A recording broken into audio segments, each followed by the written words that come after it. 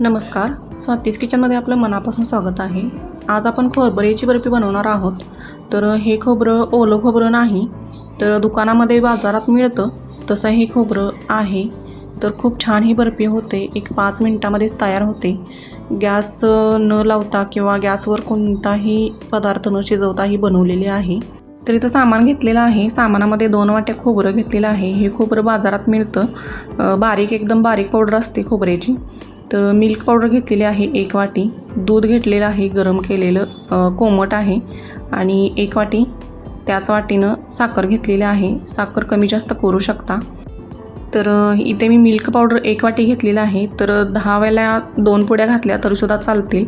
तर 1 वाटका घेतलेला आहे, त्याच्यामध्ये आपण खोबरं घालून घेऊयात। 2 वाट्या खोबरं मी घेतलेलं आहे, बघू शकता तुम्ही। खोबरं कमी जास्त करू शकता, तुम्हाला आवडेल त्या पद्धतीने तुम्ही बनवू शकता।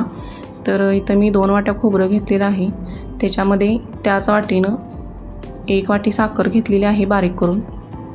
तर गोड कमी जास्त करू शकता तुम्ही। तर आता मिल्क पावडर घालूयात।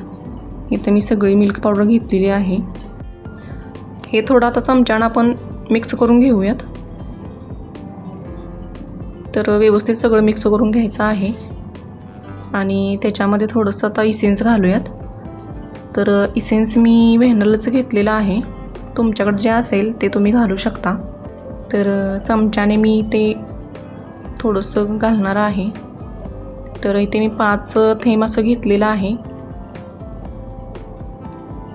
तर खूप छान ही बर्फी होते, खूप मस्त लागते, आणि गॅसची ज़रूरत नाही किंवा कुठलाही पदार्थ आपल्याला गरम करायचा नाही, खूप पटकन होते।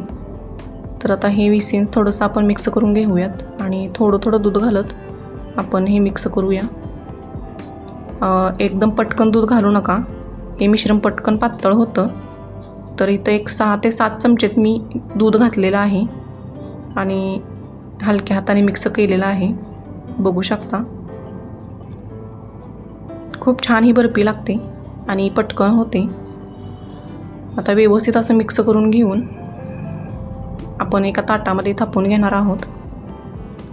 तर अशा पद्धतीने हे मी थोडंसं ओलसर केलेलं आहे, बघू शकता।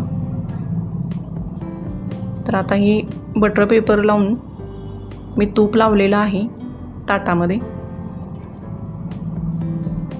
तर आता हे आपण मिश्रण सगळं ताटामध्ये ओतून घेऊयात, आणि हाताला तूप लावून थापून घेऊयात। तर वरचेवर सारखं जरा थोडंसं हाताला आपण तूप लावणार आहोत, कारण मिश्रण चिकट आहे।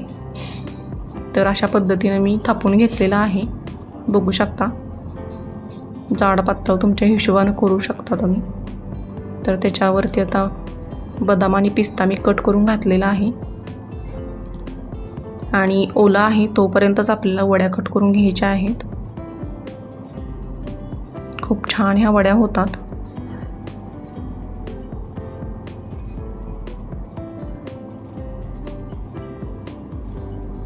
तर आता सुरीने आपण कट करून घेऊयात। तर आता हे फ्रीजमध्ये ठेवायचं आहे, एक 20 ते 25 मिनटं आपल्याला हे फ्रीजमध्ये ठेवून घ्यायचं आहे, म्हणजे वड्या छान पडतात त्याच्या। तर आता मी फ्रीजमधून काढून घेतलेलं आहे, एक 25 मिनटं तर मी ठेवलेलं होतं, बघू शकता। छान असं सेटिंग झालेलं आहे। आता आपण वड्या काढून घेऊयात प्लेटमध्ये, बघू शकता। छान अशा ह्या वड्या झालेल्या आहेत। खूप सोप्या पद्धतीने ह्या मी वड्या दाखवलेल्या आहेत, खूप पटकन होतात। रक्षाबंधनला तुम्ही बनवून बघा, खूप मस्त लागतात, चविष्ट होतात। तर रेसिपी कशी वाटली नक्की सांगा, आणि चॅनलला लाईक शेअर सबस्क्राईब करायला विसरू नका। धन्यवाद।